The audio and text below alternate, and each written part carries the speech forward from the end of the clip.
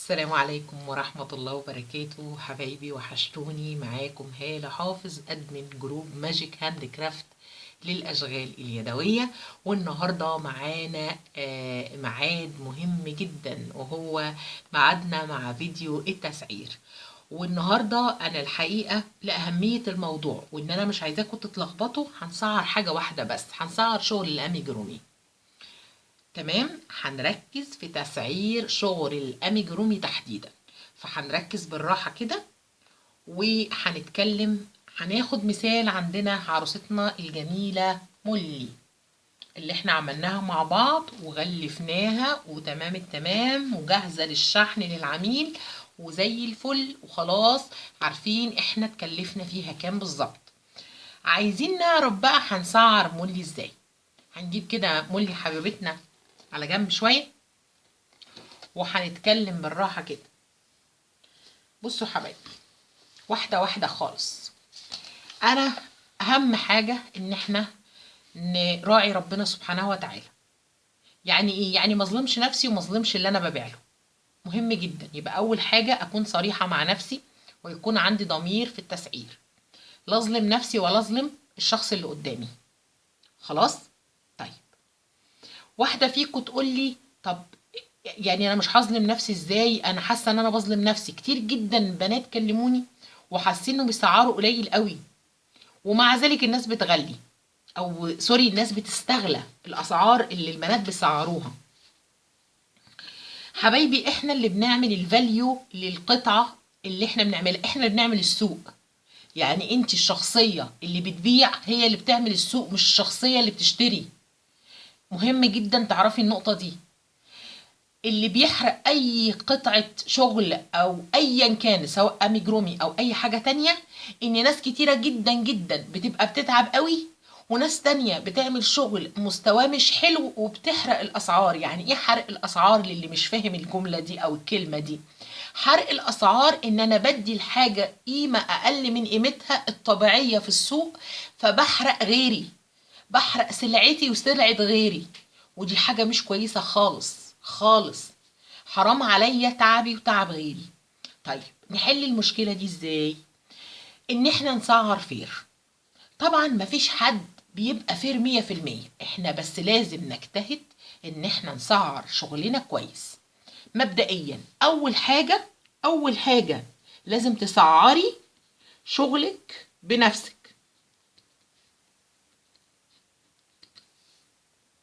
هام جدا النقطة دي، هامة قوي. شغلك انت اللي تسعريه مش حد تاني، لان انت اكتر واحدة على دراية بحاجتين: بمستواكي في المهنة، يعني انت وصلتي لانهي ليفل، وتاني حاجة انت اللي الادرى واحدة بتعبك. طيب، حد تقول لي انا والله ما بعرفش اسعر. اوكي، انا هعلمك حالا تعرفي تسعري شغل الاميجرومي بتاعك بمنتهى الدقة. اول حاجة مستوياتنا في الشغل كلنا، انا بتكلم علينا كلنا. ركزوا معايا في اللي انا بكتبه ده، والورقه دي تهتموا بيها كويس قوي، وانا هصورها وهنزلها لكم في الجروب. عندنا 3 مستويات: واحده مبتدئه، واحده ايه مبتدئه، وواحده جيده. الجيد ده يعني فوق المتوسط، يعني شغلها مقبول بشكل كبير. وواحده متميزه، متميزه يعني بين قوسين كده ممتازه، يعني شغلها حلو لدرجة ان كتير جدا بيجمعوا ان شغلها ممتاز. خلاص، يبقى عندي 3 مستويات من ايدينا احنا، مهارتنا احنا في الشغل: واحدة مبتدئة، واحدة جيدة، واحدة متميزة او بيرفكت او ممتازة. مبدئيا اول خطوة لازم المبتدئة دي ما تبيعش شغلها. واحدة تقول لي ايه ده، انت ليه بتقفلي عليا الباب؟ بالعكس، انا بفتح عليكي ابواب. الباب بتاع ان انت مبتدئه او بتبيعي ده بيخلي اسمك للي بتبيعي له واحده شغلها، سوري اي ام سوري يا جماعه، بس لازم اقولها لكم، سوقي. يعني ايه سوقي؟ يعني كله اخطاء، شغل مش مستوى. اكيد اي واحدة فينا بتبتدي اي حاجة عندها اخطاء كتير. خلي دايما الفترة اللي انت بتتحولي منها من مبتدئة لجيدة، الفترة دي فترة تعليمية، يعني تعملي فيها عرايس للتجربة او شغل امجرومي للتجربة، عشان تتعلمي فيه وتصلحي اخطائك بالتوالي لغاية ما توصلي للمستوى ده. هنا في المستوى الجيد مسموح لك تبتدي تبيعي، عشان الواحد دايما لما بيتعامل مع حد بيسيب ذكرى بالشغل اللي هو باعهوله. فلما تبيعيش ابدا في الحالة المبتدئة، ما رشحهاش خالص.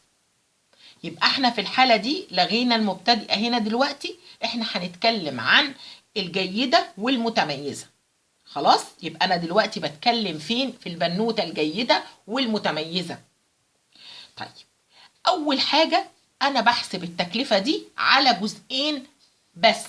اول حاجة التكلفة الاساسية للخامات،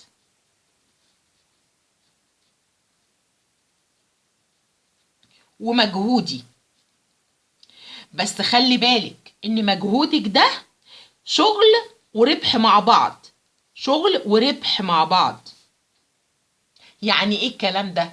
واحدة تقول لي انا مش فاهمة حاجة. انا هشرح لك كل حاجة بالتفصيل دلوقتي.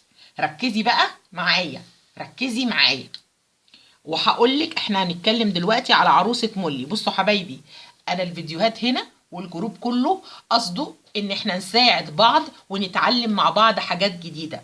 والله الكلام اللي بقوله لكم ده محدش هيقول لكم خالص بعد كده الموضوع ده. محدش هتقول لك بيرفكت بتسعر منتجها بكام. انا هقول لكم بالظبط التسعير اللي بسعره شغلي. خلاص، عشان كلنا نستفيد. انتوا عارفين والله نفسي كلكم توصلوا لأحلى مستوى انتوا عايزين توصلوا له. احنا كلنا بنكبر مع بعض وكلنا بناخد ايد بعض عشان نبقى احسن حاجة، عشان مصر والدول العربية، كل حبايبنا في الدول العربية، وكلنا نعلى بمنتجاتنا لأقصى قدر ونخلينا شكلنا افضل قدام العالم. احنا مش هنعمل ده الا بشغلنا اليدوي، وان انتي تتقني شغلك وتطلعيه في احلى نتيجة ممكنة. تمام؟ فمعلش انا هبقى صريحه جدا معاكم في كل حاجه، واتمنى انكم تقدروا صراحتي اللي هتبقى معاكم في الفيديو ده. مهم جدا يا حبايبي، وربنا عالم ان انا مش بحرف اي حاجه ولا بغير اي حاجه.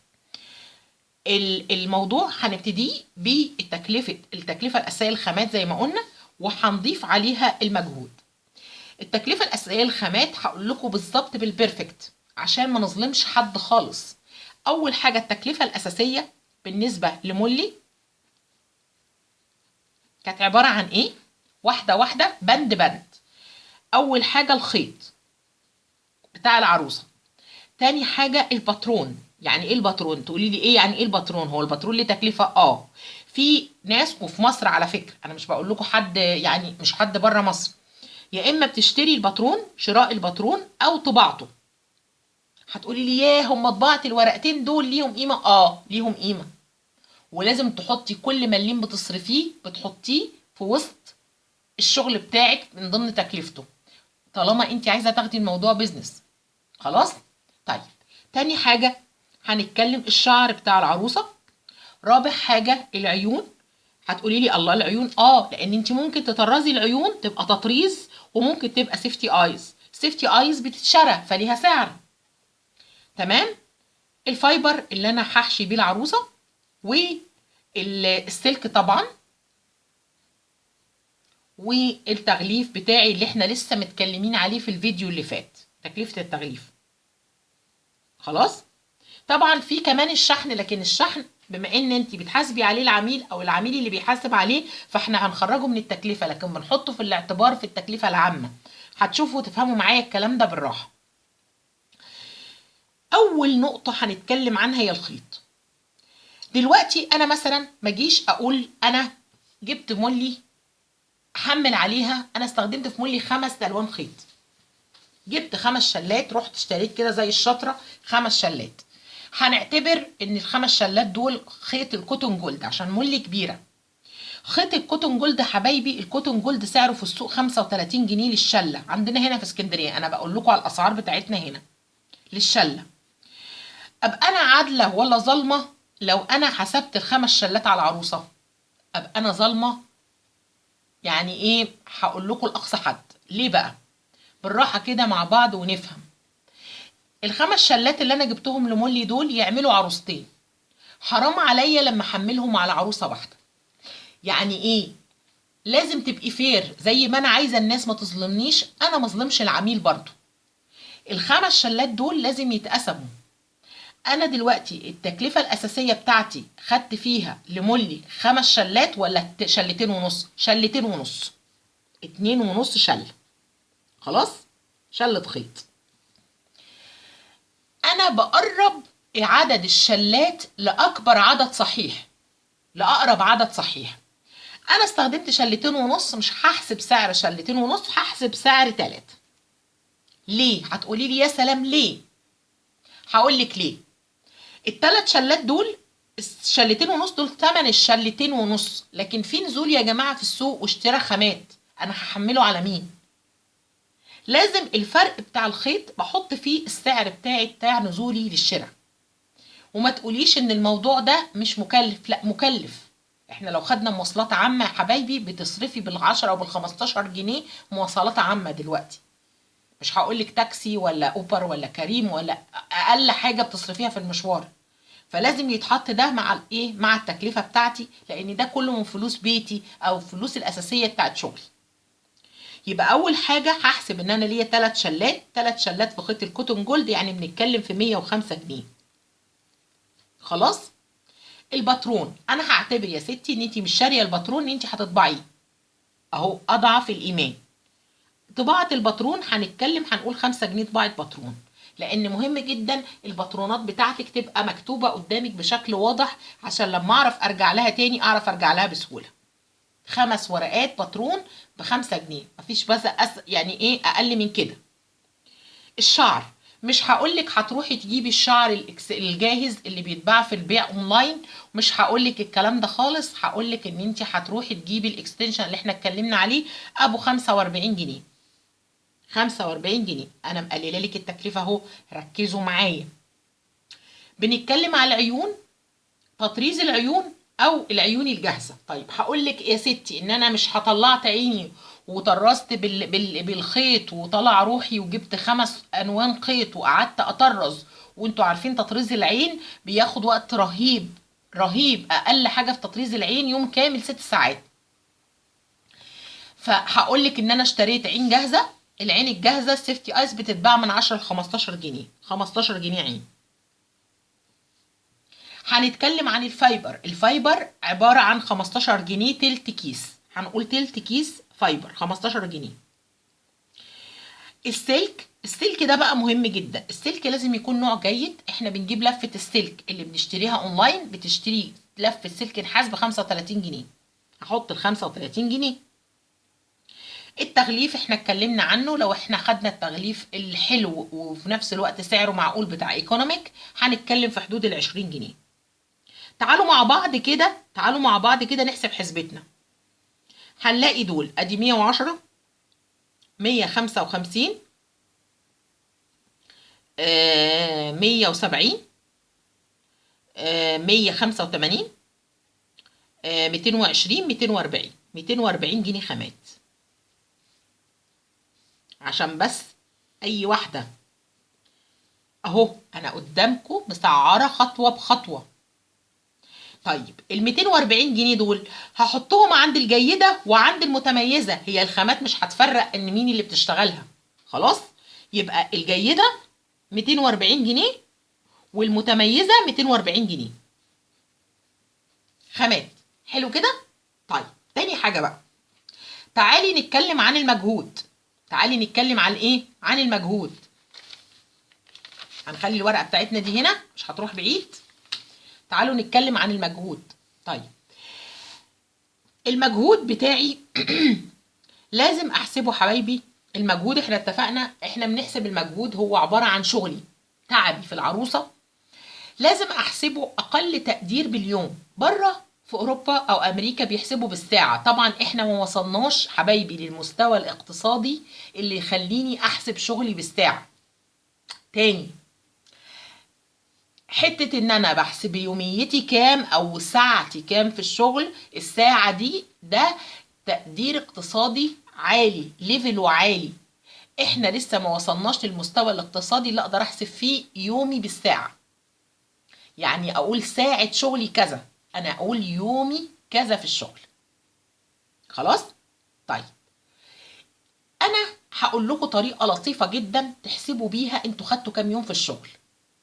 واحدة تقول لي ايه ده انا ساعات بقعد في العروسة 20 يوم، ساعات بقعد فيها 30 يوم، ساعات بخلصها في اسبوع.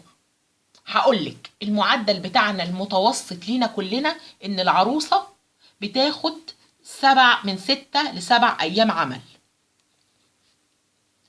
واحدة تقول لي طب انتي عرفتي ازاي؟ هقولك يوم الشغل يا حبايبي بتاعنا، يوم الشغل اللي احنا بنشتغله اللي يتسمى يوم عمل ده لازم لا يقل من 5 إلى 6 ساعات. يعني اليوم اللي احسب فيه يومية مجموع من 5 ل6 ساعات، دول يوم عمل. يوم عمل العروسة بتاخد 6 أيام بالمجهود ده، 6 أيام من ال5 6 ساعات في اليوم. ممكن انتي بقى تكوني موزعاهم على 30 يوم، على 20 يوم، بس لو جمعتي عدد الساعات اللي قعدتي تشتغلي فيها هتلاقيهم عبارة عن 6 أيام أو 7 أيام على أقصى تقدير، كل يوم اشتغلتي فيه من 5 ل6 ساعات. خلاص؟ طيب يبقى أنا العروسة خدت هنقول 6 أيام، مش هقول 7 أيام. اليوم بتاع الجيدة، يوم اللي هي شغلها جيد، هنحسبه من 25 إلى 30 جنيه في اليوم. واليوم بتاع المتميزة هنحسبه من 40 إلى 50 جنيه في اليوم. أنا حسبت لكم حالا إن انتوا ظالمين نفسكم ظلم باين. لو خدت إن أنا على الحد الأدنى، أنا خدت إن أنا هاخد على الجيدة 25 جنيه، أنا مش هاخد ال30، هاخد الحد الأدنى اللي أنا قايلة عليه. 25 حبايبي لما اضربهم في 6 أيام هيدوني كام؟ 150 جنيه. شغلي في العروسة 150 جنيه. تعالي كده للمتميزة، هاخد ال40 جنيه، مش هاخد ال50. 40 جنيه في 6 أيام هيديني 240 جنيه. تعالوا كده نجمعهم على تكلفة الخامات اللي احنا لسه حاسبينها. ادي 240 جنيه وهنا نفس ال 240 جنيه. بصوا كده، بصوا لي كده، هنا تكلفة دي هتطلع 390 جنيه، يعني بالتقريب هنقول 400 جنيه. ده سعر بيع العروسة المفروض للجيدة. سعر بيع، سعر البيع.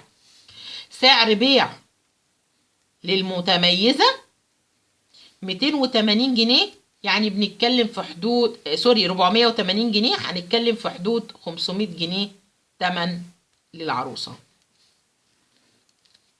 بصوا لي كده وانتوا احكموا، انتوا احكموا على نفسكم، بتسعروا بشكل مهدر لحقكم ازاي.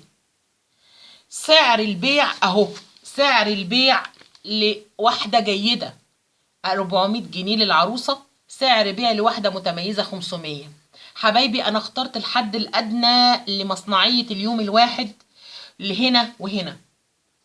انا عايزة اقول لكم معلومة مهمة، احنا هنا حبايبي انت مش بتبيعي منتج، انت بتبيعي هنا صحتك مع المنتج. والله انا بكلمكم من خبرة سنين طويلة في شغل الهاند ميد. انت بتاخدي صحتك وبتاخدي عينيكي وبتاخدي ظهرك ووقتك، كل حاجة. على قد ما احنا بنستمتع بشغل الهاند ميد، على قد ما انت بتاخدي من صحتك كتير جدا جدا. فالتمن اللي بيدفع لك في الشغل ده مش تمن الشغل بس، ده تمن وقتك وتمن صحتك ومجهودك وابتكاراتك وفنك، حاجات كتيرة جدا، وخبرتك اللي بتبقى متجمعة خلال السنين الطويلة. كل ده اوعي تقللي منه. واقول لكم مرة واتنين وتلاتة، احنا اللي بنعمل السوق، مش الزبون اللي بيعمل السوق. انت اللي بتعملي السوق وانت اللي بتسعري. اوعي تسعري اقل من حقك عشان تقولي ان انا عايزه ابيع وعشان افرح ان انا بعت. انت كده بتحرقي شغلك وبتحرقي شغل غيرك. انا قريت في جروب من الجروبات واحده بتقول انها عروسه جميله، وبتقول انها مسعرها ب 250 جنيه وحاسه انها غاليه. الزبونه بتقول انها غاليه. طب انا عايزه اسالك، ال 240 جنيه دول او ال 250 جنيه دول سعر ايه؟ اذا كان انا حسبت قدامكم الخامات حالا من غير ما احسب ابر تطريز، من غير ما احسب خيوط تطريز عين، من غير ما احسب ان انا يعني هقول لكم ايه على الحد الادنى من اليوميه. يعني اقول لكم ايه، انا ما بلغتش خالص في التسعير. ما جبناش شعر جاهز، احنا جبنا اكستنشن وقعدنا نعدل فيه عشان نظبطه. ده سعر ايه حبيبتي؟ سعر ايه؟ ليه تظلمي نفسك؟ وما تفتكريش ان ربنا مش هيحاسبك، ربنا هيحاسبك. لازم تعرفي الكلام ده. مظلمش نفسي عشان اقول ابيع. انت كده مش بتكسبي خالص، انت كده بتدوري فلوس الخامات وفي الغالب هتخسري على فكرة. تاني حاجة، انت لازم يبقى شغلك له قيمة، له قيمة مادية وله قيمة معنوية. اوعي تهدري مجهودك. انا بقولك الكلام ده مرة واتنين وعشرة حبايبي، ده رأيي، ده رأيي. والله اي حد فيكم بيثق في رأيي اتمنى انه ياخد بالكلام ده. اي حد مش مقتنع والله العظيم رأيكم على راسي وعلى عيني من فوق. انا مش عايزه اقول لكم، انا زعلانه، بزعل جدا جدا منك بتظلمي نفسك في التسعير. ممكن ناس كتيرة كلمتني سعرت لهم بسعر أقل من 400 جنيه، بس كانوا في إطار المبتدئين رايحين لسه للجيد. لكن أنا صدقوني أنا ما بحبش أظلم حد، وبقول لكم للمرة التانية اوعي تخلي حد يسعر لك. انت أدرى واحدة بمجهودك، وانت أدرى واحدة ان انت مستواكي فين. أنا في الجيد اللي هو فوق المتوسط بكتير، ولا في المتميز اللي هو البروفيشنال اللي دخلت اطار البروفيشنال. اتمنى ان يكون النهارده الفيديو مفيد، وانا مش عايزه حد يا حبايبي يزعل مني. والله انا كلمتكم بضمير ومن قلبي، على كل كلمه قلتها لكم من قلبي. اتمنى انها تكون وصلت لقلوبكم، واتمنى ان انتم ما تظلموش نفسكم. انا زعلانه عشانكم وبزعل عشان اي حد بيتعب. لازم الواحد يديله مجهوده. النبي صلى الله عليه وسلم قال لك ايه؟ قال لك ايه؟ ان الواحد فيما معناه ان الواحد يعطي الاجير حقه قبل ان يجف عرقه. يعني حقك قبل اي حاجه. ده لا يعيب، مش معناه انك واحده ماديه، لا، انا بشتغل. احنا بنحسب ان الموضوع ده هوايه بس. طالما دخلتي اطار الشغل يبقى ده شغل. لازم ده رزق بتاعك، لازم انت تبقي حريصة عليه. ده رزقك ورزق بيتك ورزق ولادك. فربنا يا رب ييسر لنا جميعا، واللهم بحق لا إله إلا الله يوسع أرزاقنا جميعا بإذن الله في مصر وفي كل الدول العربية، ويسعد كل أصحاب شغل الهاند ميد يا رب على قد تعبهم، ويا رب على قد ما بيروح من صحتهم. وإن شاء الله بإذن الله بالتوفيق لينا جميعا بإذن الله. وأتمنى منكم تعليقاتكم، ويا رب اتمنى ما يكونش حد زعل مني. انا الفيديو ده عاملاه والله زي المره الثالثه او الرابعه من قلبي ليكم، خوفا عليكم، مش لاي حاجه تانية. انا ماليش اي مصلحه في الموضوع ده. اتمنى بس انكم تكونوا استفدتوا، واتمنى تعليقاتكم تحت الفيديو. اي سؤال او اي تعليق. انا خصيت الفيديو ده بالاميجرومي للمره الثانيه، لكن ان شاء الله في فيديو تاني لشغل الكروشيه بشكل عام وشغل الاكسسوارز، لان برضو عليه اسئله كتير، لكن انا حبيت ارد عليكم بالسؤال الملح في شغل الاميجرومي تحديدا. اتمنى ان يا رب يكون الفيديو نال اعجابكم واستفدتم منه.